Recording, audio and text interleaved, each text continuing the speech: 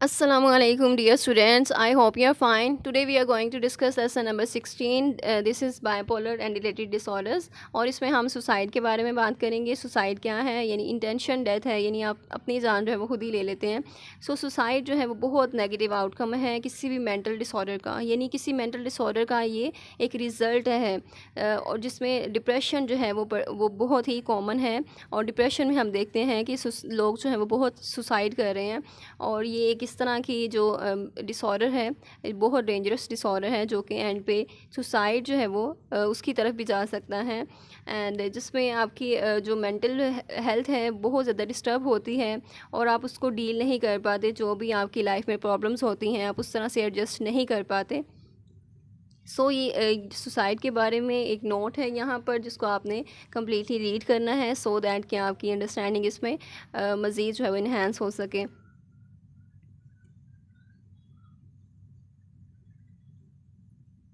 Suicide किससे connected है, या आपके रिसेंट इवेंट से, या पास्ट में जो आपकी ट्रेजेडीज़ होती हैं, ट्रॉमास होते हैं, मिसहैप होते हैं, उससे भी कनेक्टेड होते हैं. आपकी इंटरप्रिटेशन से कनेक्टेड होता है, यानी आप किस तरह से उसको इंटरप्रेट कर रहे हैं, आप उसको नेगेटिव ले रहे हैं या पॉजिटिव ले रहे हैं.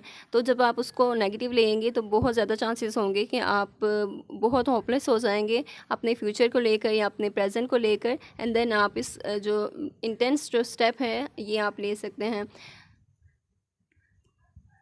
इसमें जो ट्रिगरिंग फैक्टर्स हैं वो यही हैं कि आपकी लाइफ में बहुत से स्ट्रेसफुल इवेंट्स हुए हैं इस तरह के. आपके मूड जो है वो, थॉट्स जो हैं वो चेंज हो गई. यहाँ पे न्यूरोट्रांसमीटर्स जो हैं वो उसकी फंक्शनिंग इफ़ेक्ट हो रही है, ब्रेन के केमिकल्स जो हैं वो इफ़ेक्ट हो रहे हैं. कॉग्निटिव लेवल पे भी हो सकता है, बायोलॉजिकल लेवल पे भी हो सकता है. तो ये सारे जो चीज़ें हैं डिस्कवर करनी होती हैं. एज अ साइकोलॉजिस्ट या साइकाट्रिस्ट जो हैं वो ये काम करते हैं. उसमें कुछ फैक्टर्स हैं जो सुसाइड में कंट्रीब्यूट कर रहे होते हैं. और इसमें ऑब्वियसली ये फैक्टर्स होते हैं, लेकिन सबकी लाइफ में होते हैं. और लेकिन उसको डील करने का सबका अपना एक तरीका होता है. अगर आपका जो मेथड है वो नेगेटिव है, देन आप में चांसेस ज़्यादा होते हैं कि आप सारे जो सिम्टम्स हैं डिप्रेशन के वो डेवलप होंगे आप में, या टेंडेंसी है डिप्रेशन की, तो देन सुसाइड का जो रेट है वो इंक्रीज़ हो सकता है, ये रिस्क जो है वो इंक्रीज़ हो सकता है. एक फ़र्स्ट ऑफ ऑल तो लॉस है, यानी किसी भी चीज़ का लॉस जो कि बहुत ज़्यादा आपको प्यारी हो, यानी आप बहुत ज़्यादा अटैच हो उसके साथ. एंड देन एडिक्शंस हो सकती हैं, कोई बचपन का ट्रॉमा हो सकता है, डिप्रेशन है, या साइकोटिक डिसऑर्डर हो सकते हैं दूसरे, या फिर कोई सीरियस फिजिकल इलनेस है जिससे आप बहुत तंग आ चुके हैं. And then major life changes, यानी आपकी लाइफ में कुछ इस तरह की तब्दीलियाँ हुई हैं जिसके साथ आप एडजस्ट नहीं कर पा रहे. नेक्स्ट है इसकी एटियोलॉजिकल फैक्टर्स को देखते हैं हम कि बाइपोलर के कॉजेज़ क्या हैं और कौन सी ऐसी रीजंस हैं जिससे बाइपोलर हो सकता है. न्यूरोलॉजिकल या जेनेटिक जो है या क्रोमोसोमल फैक्टर्स होते हैं,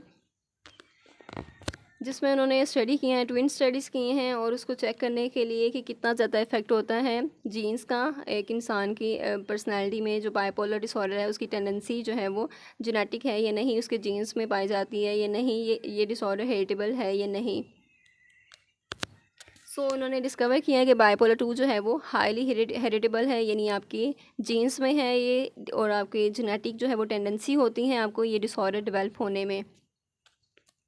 और इसमें कुछ जीन्स जो हैं वो इन्वॉल्व होते हैं जिससे आपको मूड डिसऑर्डर्स या इस तरह के जो दूसरे रेलिवेंट डिसऑर्डर्स हैं वो उसकी टेंडेंसी आप में इंक्रीज़ हो जाती है.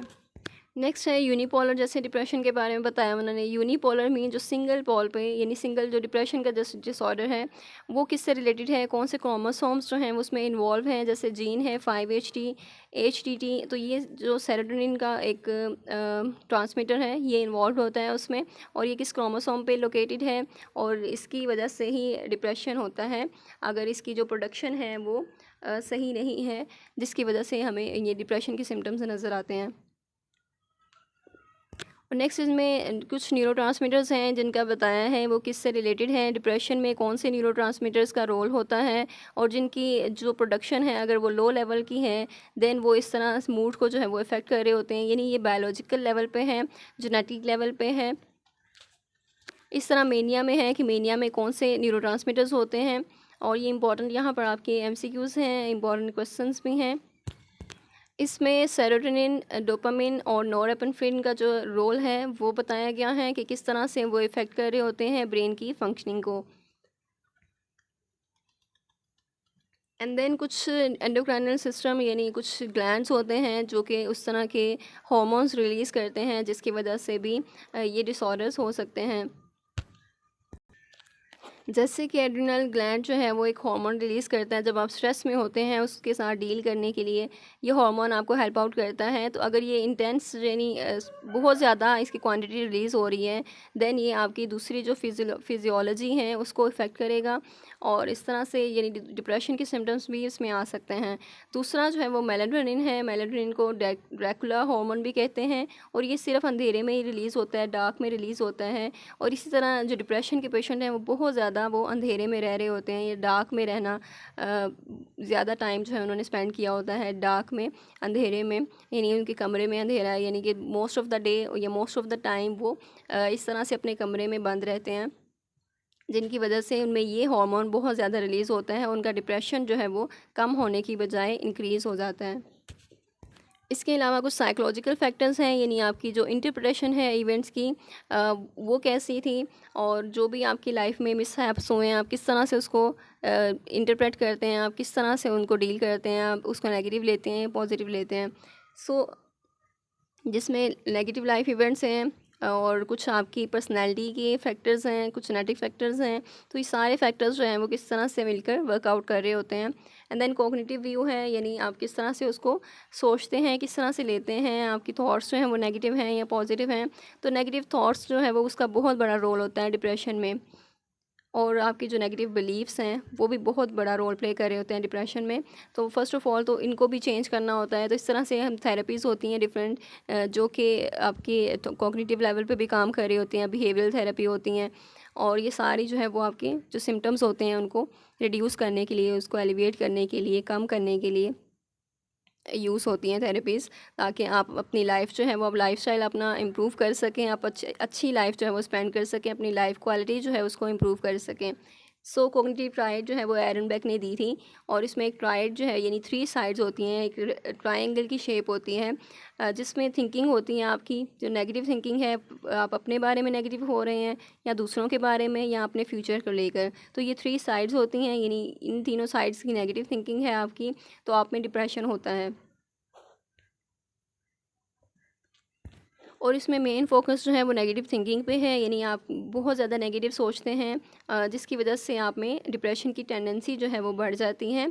और इस तरह डिप्रेशन को रिड्यूस करने के लिए, उसके सिम्टम्स को कम करने के लिए भी पॉजिटिव आउटलुक जो है वो उसको प्रोवाइड किया जाता है, या पॉजिटिव एस्पेक्ट्स जो हैं उनको देखने के लिए कहा जाता है लाइफ के, सो दैट कि आपका डिप्रेशन जो है वो रिकवर हो सके जल्दी। एंड देन इरेशनल थिंकिंग है, एल्बर्ट एलिस की थेरी है ये, और इसमें जो आपकी इरेशनल थिंकिंग है, यानी कि जो थिंकिंग है आपकी वो रैशनल नहीं होती हैं, लॉजिकल नहीं होती हैं, रियलिटी से बहुत दूर होती हैं, और कोई मिस है हुआ है आपकी लाइफ में तो आप उसको नेगेटिवली इंटरप्रेट करते हैं कि अगर ये चीज़ हुई है फ्यूचर भी आपका उसी तरह ही होगा, या फ्यूचर में आपके दूसरे जो है वो मिसहैप हो सकते हैं। सो इस तरह की जो थिंकिंग है या इरेशनल बिलीफ्स जो हैं उससे भी डिप्रेशन हो सकता है।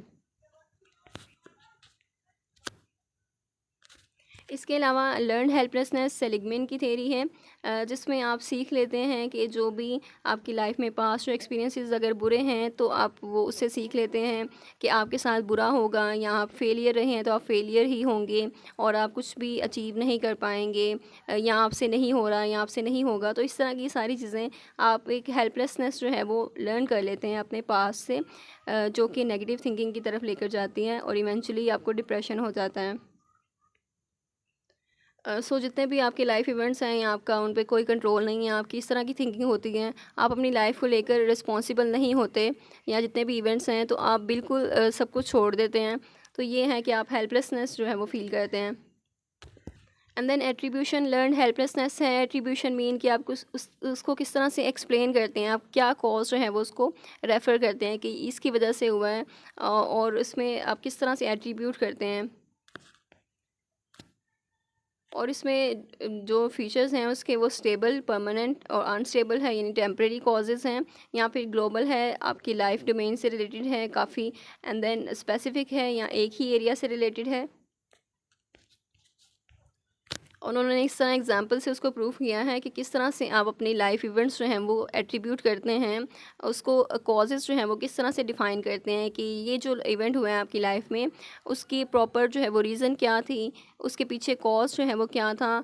तो आप किस तरह से आपका एट्रीब्यूशन स्टाइल जो है वो क्या होता है। अगर आपका एट्रीब्यूशन स्टाइल जो है वो टुवर्ड्स योर सेल्फ है, यानी आप अपने आप को ब्लेम करते हैं हर चीज़ के लिए, देन आपके गिल्ट जो है वो डेवलप हो सकता है, या आप गिल्टी फील कर सकते हैं, जिसकी वजह से आपको डिप्रेशन हो सकता है। अगर आप सिचुएशनल फैक्टर्स देखते हैं, यानी आप देखते हैं कि जो इन्वायरमेंटल कुछ फैक्टर्स हैं जो कि रोल प्ले कर रहे थे, देन आप में डिप्रेशन के चांसेस कम होते हैं। इस तरह डिप्रेशन में बता रहे हैं कि लॉस ऑफ कंट्रोल, यानी आप एट्रीब्यूट करते हैं इंटरनल की तरफ, यानी आप टेम्परामेंटल जो है, यानी अपने जो पर्सनैलिटी है उसको टारगेट कर रहे होते हैं कि आपकी वजह से, या आप में इस तरह की क्वालिटीज़ हैं तो ये सब कुछ आपकी वजह से हुआ है। आप खुद को सेल्फ ब्लेम जो है वो बहुत ज़्यादा होता है, और नेगेटिव सेल्फ परसेप्शन होती है, जिसकी वजह से आपको डिप्रेशन या दूसरे डिसऑर्डर हो सकते हैं। कुछ इन्वायरमेंटल कॉजेज़ भी होते हैं, और जिनका आप पे आप जो हैं वो उनको कंट्रोल नहीं कर सकते, उनको उनको आप चेंज नहीं कर सकते हैं। सोशो इन्वायरमेंटल जो चीज़ें हैं, जो नेगेटिव लाइफ इवेंट्स हैं, सोशल सपोर्ट हैं, तो ये सारी चीज़ें ट्रिगर कर रही होती हैं आपकी डिप्रेशन या दूसरे जो साइकोलॉजिकल डिसऑर्डर्स हैं उनको। एंड अब्यूज़ है जिसमें मेंटल स्ट्रेस है, कोई लॉस वगैरह है, एंड देन ट्रॉमेटिक इवेंट है कोई आपकी लाइफ में, तो ये सारी चीज़ें मिलकर अफेक्ट कर रही होती हैं। इसके अलावा जेनेटिक प्रीडिस्पोजिशन भी होती है, यानी आप में टेंडेंसी भी होती है, और अगर टेंडेंसी है और इसके अलावा कोई इन्वायरमेंट जो है वो इन्वायरमेंटल फैक्टर भी उसमें इन्वॉल्व हो गया है, देन उसके चांसेस जो हैं वो आपके डिसऑर्डर के डेवलप होने के इंक्रीज़ हो जाते हैं। I hope I made it clear. If you have any confusion then comment section में आप उसको पूछ सकते हैं। Do share this video with other students, ताकि बाकी स्टूडेंट्स के भी कॉन्सेप्ट क्लियर हो जाएं। इसके अलावा डिसऑर्डर्स के अलग सी वीडियोस भी बनाई जाएंगी, जिसमें हर डिसऑर्डर को हम सेपरेटली डिस्कवर करेंगे, उसके सिम्टम्स को और उसके ट्रीटमेंट को, उसकी एटियोलॉजी को, so that we learn better. And thank you so much. अल्लाह हाफिज़।